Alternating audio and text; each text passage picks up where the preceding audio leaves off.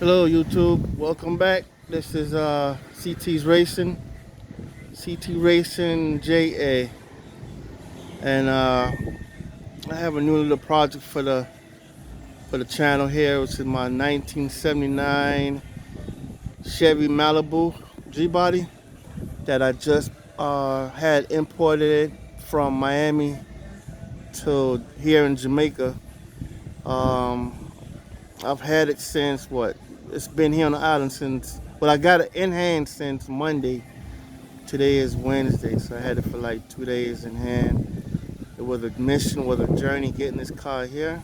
It was very expensive getting it here.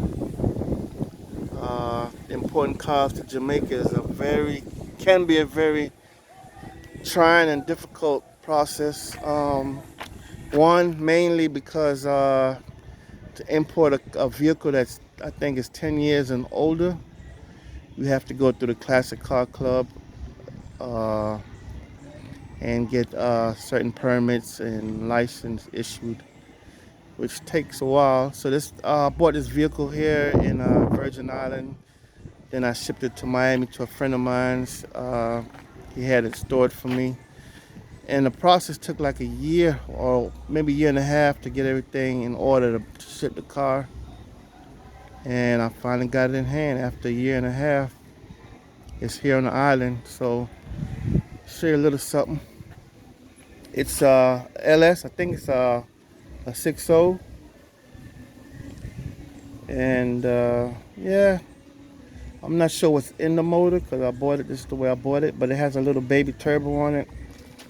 Looks to me like a little 65 millimeter, 60 something, 62, but it's a bullseye turbo, so it's supposed to be a decent turbo, but kind of small, I think, for the motor.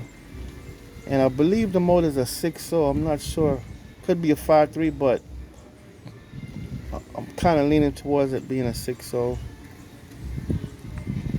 And it has a little nitrous on it.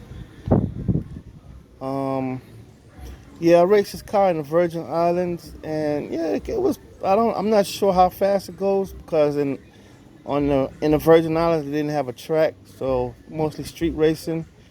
It ran pretty good with the nitrous. Without the nitrous, it didn't feel like it had a lot of power. I'm figuring this car might run with nitrous. It might run anywhere from 1150s to a 1090, high 10, mid 11s with nitrous. So, that's with 12 pounder boost. So it wasn't really like a really fast car, but yeah, it has seems like the motor's been built. It has head studs on it, and also it had head studs and what else? The head gasket been changed, but yeah, definitely have head studs. I don't know what else is in the motor. I took the injectors out because I tried to start it and wouldn't. It barely started, but would barely run, and found out it was only running off for like 4, maybe 5 cylinders. So I'm gonna clean the injectors, put them back in tomorrow. But yeah, a little something new for the CT racing channel, new project, and we'll see how it goes. Like I said, bringing this car wasn't easy. It was very, very challenging and very expensive. So it has a turbo 400 in it. It's got the original interior. It's got a B&M Quicksilver, old school Quicksilver.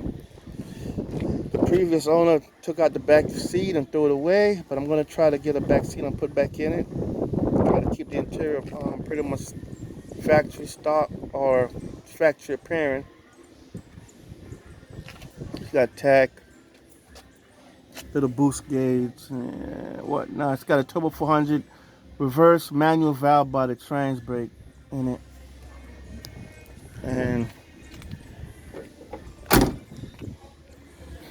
yeah, so the plan with this car is go racing. The plan is to upgrade the turbo, and see if, try to get it maybe in the 10s on boost only.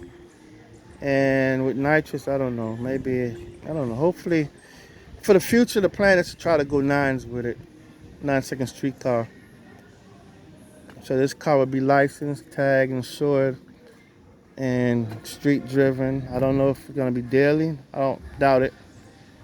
This is my daily right here. My Chevy Blazer is my daily. So yeah, I'm glad to have it home. Glad to have this on the island. This is only one like it. I haven't seen another one on it like this on the island. These cars here in Jamaica is non-existent, so this will be the first one. And this is my other little project, my Chevy Bubble, '91 Chevy Bubble. That I had a big block in it, and that motor got water in it. I had it covered up, had the carburetor covered up, and some kind of way the covering got a hole, and when it rained, water leaked in the motor, full of motor up with water. I was away for like 6 months, and when I came back, tried to start it, the motor was locked, seized. I tried to unseize it, ended up breaking rings and damaging the cylinder bore, so I just ended up putting my little small block 383, which this small block was I originally started building it for my S10 for my Blazer, so I put a little baby cam in it because it's gonna be a daily street driven daily driver motor, and I put a real mild cam in it. But now I have it in here, kind of wish I had put a little bigger cam, because now with this car is gonna be for track use only. This won't be licensed or driven on the street. This will never see street driving for as long as I have it. So it was just too much work to try to put this car back together. I got this car stripped down, no headlights. I have the grill, but no headlights. So I'm not gonna get headlights. I'm gonna put headlight covering in there. It won't have headlights, but I'll have the covering for the rear and the front.